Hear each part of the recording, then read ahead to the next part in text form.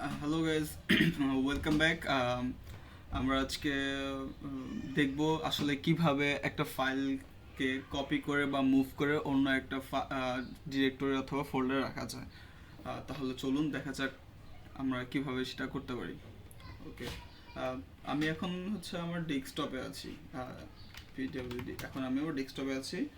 So এখন আমি কিছু ফাইল ক্রিয়েট করি। এটা হচ্ছে ডট ডক। ওকে, এখানে আমাদের এখন আমরা দেখতে পাচ্ছি সাধারণত এখানে তিনটা ফাইল আছে। সো আমরা যদি এখন এই ফাইলগুলোকে কপি করে এই স্টাডি ফোল্ডারটায় রাখতে চাই, তাহলে সেক্ষেত্রে আমাদের কি করতে হবে? আচ্ছা, তাহলে দেখি। তাহলে আমাদের সেটা করতে হবে কমান্ড, তারপর হচ্ছে ফাইল নেম st.doc, তারপর হচ্ছে আমাদের ডেস্টিনেশন। সো আমরা কোথায় রাখতে যাচ্ছি? স্টাডিতে। ওকে, তাহলে আমি স্টাডিতে রাখতেছি। সো আশা করি আমাদের অপারেশনটা কমপ্লিট। আমি স্টাডি ফোল্ডারে ঢুকি।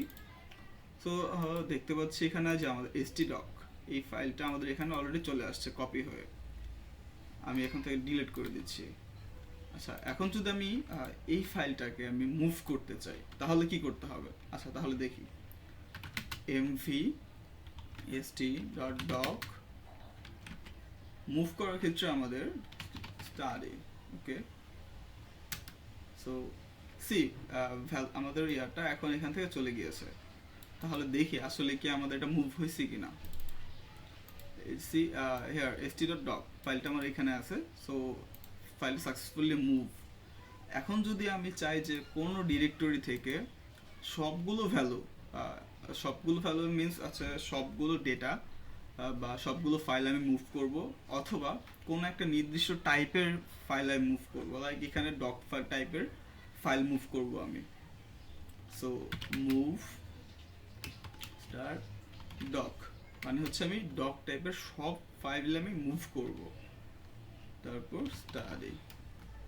সি, আমার এখান থেকে ডক টাইপের দুইটা ফাইল ছিল, সেগুলো নাই, ভ্যানিশ হয়ে গেছে। আসলে ভ্যানিশ হয়েছে না। স্টাডি ফোল্ডারে ঢুকি, এসে দেখি ব্লা ডট ডক, তারপর হচ্ছে এ ডট ডক, আমাদের এই দুইটা ফাইল এখানে মুভ হয়ে চলে আসছে। সো আশা করছি আপাতত মানে কনফিউশন ক্লিয়ার থাকার কথা। কারণ আমাদের প্রথম হচ্ছে কমান্ড লিখতে হবে। কমান্ড লিখে তারপর হচ্ছে ফাইল নেম ডট এক্সটেনশন, মানে ফাইলটা কি টাইপের ফাইল, তারপর হচ্ছে আমাদের সোর্স, সরি ডেস্টিনেশন, যে আমরা কোথায় ফাইলটাকে রাখবো।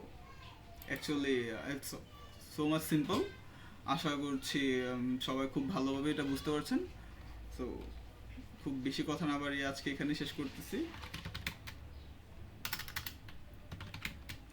Good bye, tata.